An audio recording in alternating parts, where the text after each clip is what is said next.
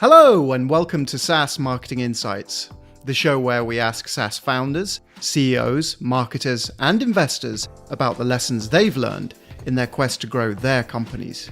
My name is Paul Stevenson, and I'm founder and CEO of SaaS marketing agency 47 Insights. On today's show, I have an interview with Ben Haefele, co-founder at Foundry Platform. Hope you enjoy it.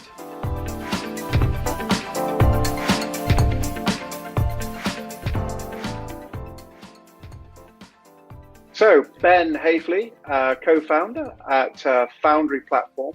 Welcome to the show. Great, thanks for having me. Happy to be here. So, as I understand it, Foundry Platform is very new, January of this year, 2019, is that correct? Yeah, that's right. We've been working on it for a little over a year, but in January is when we launched our first open beta. So we've got real customers in there now. Many are building their apps. We've had a few that have launched their apps, both on the web and on the Apple App Store and Google Play. So yeah, things are moving forward. So if anybody doesn't yet know about Foundry, what's your elevator pitch? How do you describe what you guys do? Yeah, so Foundry is a platform for people to create apps either for phone or tablet or for the web on desktop who don't have any programming or coding skills. So I'm one of those people. And I spent the last 10 years working in product management and product design at a SaaS company. And, I'd always go home on the weekends and have these great ideas for cool new apps or software. And I couldn't build any of it because I didn't have the coding skills. And maybe it was because I was just like a little too lazy to take the 6 months to learn how to code. But I always really wanted a product where I could do something a lot like creating mock-ups that we would make all the time, but have them actually be functional, real working software. So you guys have solved this problem for us all. Yeah, that's the hope. And so, as we build more, we're adding more and more capabilities to the types of apps that people can build. But it's definitely a big problem in a big market, which makes the marketing strategy very interesting. But so far we've had people that run the gamut from aspiring entrepreneurs that don't have a technical member of their team to small business owners that want to be more efficient with their use of time, so they'll create a process and build it into an app. And then we've also got some larger enterprises that are just trying to streamline their workflow and operate more efficiently at that larger scale as well. So we're seeing lots of interest in this concept of anybody being able to create an app. And I think that's really because, software is what's driving most of the innovation that we see in the world today. But right now, that tool has only been available to the 1% of people that have the coding ability or the people rich enough to afford to hire those people. And so our mission is really to unlock the creative power of software for the other 99% of people. Well, I certainly sign up to that, being a non-coder myself. I've dabbled, like many of us. I can get down and dirty and break somebody else's PHP or JavaScript, but yeah, it's frustrating. Especially for marketers out there who just want to make something, or entrepreneurs, and just get a result at the end of the day. It is a big frustration, but I think I'm right in saying that a number of people have tried to crack this nut over the last few years. So, what's different about what you guys have created, and how are you going about telling the world about this? Yeah, it's a great question and a good point. There are definitely other things that have been out there and tried, and one of the reasons why we got into this is because we really felt unsatisfied with what was currently out there in the market. I said, I personally felt the pain of wanting to build something, not having to code, and these other products just weren't doing it for me. And partly because they took a very sort of programming oriented approach where it really was programming, but maybe they made it look like Lego blocks or something like that. But then the other problem was that, I'm not a coder, but I'm also not really a visual designer. And so some of these products, if you weren't really, really good at visual design, you couldn't make a very good looking app. And so one of the big trends in design right now is this rise of design systems like material design and others. And so we've really leaned into that trend and our platform, you have the option to, of course, create your own looking thing, but you can also drag in pre-made components that are part of these design systems. And so people that know how they want the app to function, but don't necessarily have an art or design background, can still make something that looks really amazing. I mean, I think that's really a key to success is, the experience of apps that you get on the App Store has really increased dramatically in quality over the last 10 years. And so people have that expectations of what they want to make as well. And with some of these older platforms that were trying to do this no code app building thing, you would make something, and if it didn't look good, you would just kind of give up and walk away from it. So we want these apps that people are making to be really amazing, and so that's the level of quality that we're pushing ourselves for.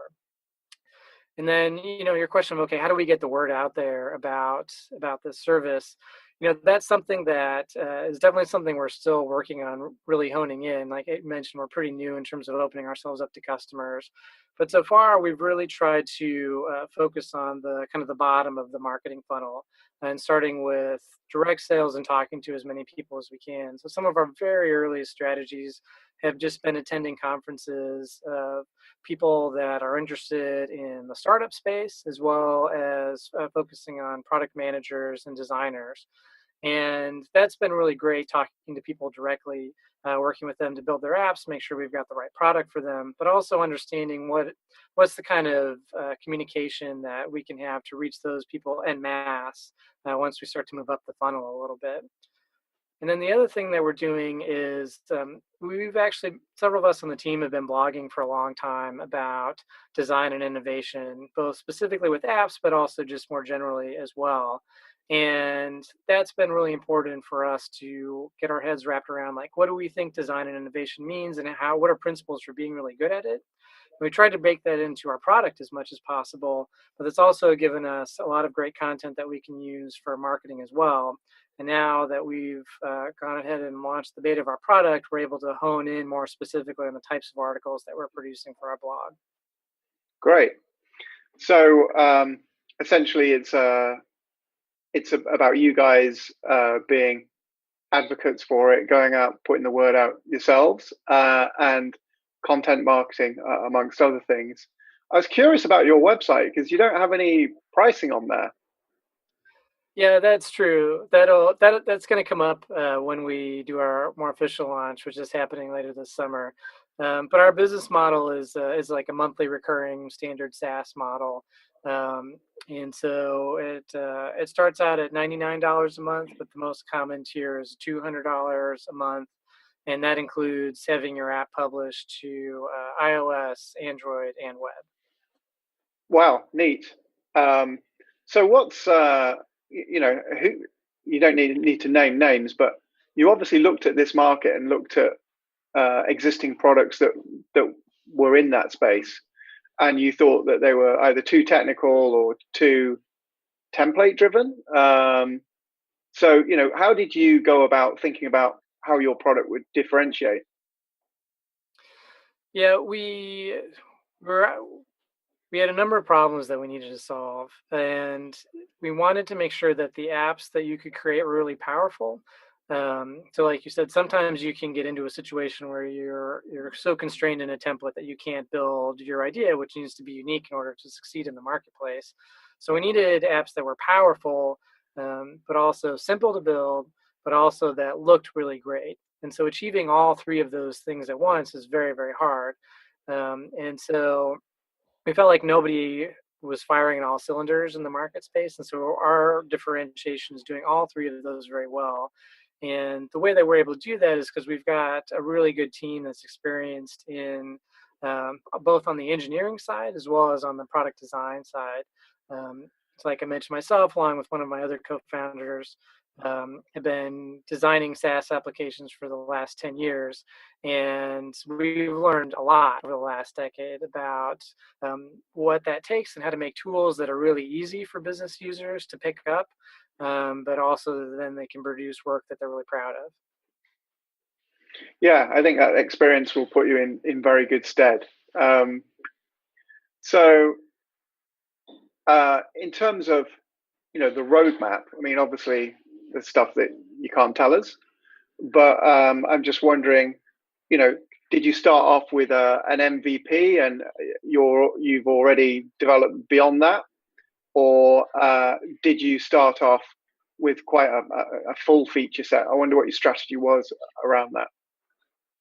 Yeah, so when we first launched our beta, the kind of the bar was like, could the members on our team that weren't on the engineering side build apps that they had been thinking about for a while?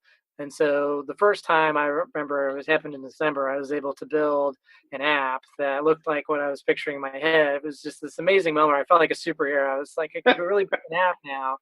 And so that was kind of the bar for us. And that's when we opened it up to these customers. And we quickly realized that they all had like the same three features that they needed, which was support for Android, support for notifications, and support for payments. And so that was great because we have, a huge roadmap of all kinds of capabilities that we want to add to our platform. But when everybody's saying those same three things, it makes the decision very easy. And so we've since launched all those features, and those customers have launched their apps. And so that's what our platform is now capable of doing. And in terms of roadmap, we're just getting ready to release an integration with Zapier. So your app that you build can connect to all kinds of other apps. And then we're taking learnings from all these beta customers and the things that they're finding frustrating or complicated about building an app and making those design experiences much, much smoother. That's great. I mean, I think, as you've already found out, the customer feedback would be the key to giving you a sense of where you should go. I mean, obviously, you should never listen to any one customer, but if you keep getting the same feedback over and over again, then you're obviously onto something. I thought, I mean, my knowledge, as I said, I don't want to get too geeky. My knowledge of programming and building apps is very, very limited. But my understanding of it is that both Apple and Google are looking for more features that actually function with the phones themselves. So I think Apple threw out some apps because it said that they were too kind of vanilla. They didn't really do much, and they were sort of cookie cutter, and they didn't integrate enough or use enough of the phone's features.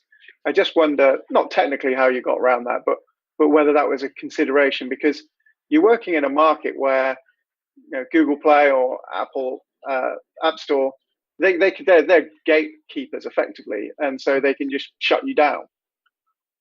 Yeah, it's definitely a concern, something that we had to take into account. That's why we didn't go down the route with some other services in the past have tried this, where it's just apps for churches or just apps for restaurants. And so by really focusing on that ability for these apps to be so powerful that you could build whatever you want, that definitely takes the product less away from, oh, this is a cookie cutter, to more, this is your unique app that you're building. And then the other thing that Apple in particular is very keen on is that our customers, the builders of the apps themselves, they're submitting it to the App Store. It's not all being done through us. And so we enable that, and we do the best we can to make that really easy for our customers. But it's also one of the reasons why we also support web apps as well. Those are much, much easier to launch because you can do it pretty instantly without having to go through an Apple review process or Google review process. And so while we'll continue to support all three platforms, web is definitely the lowest barrier to entry for customers building apps.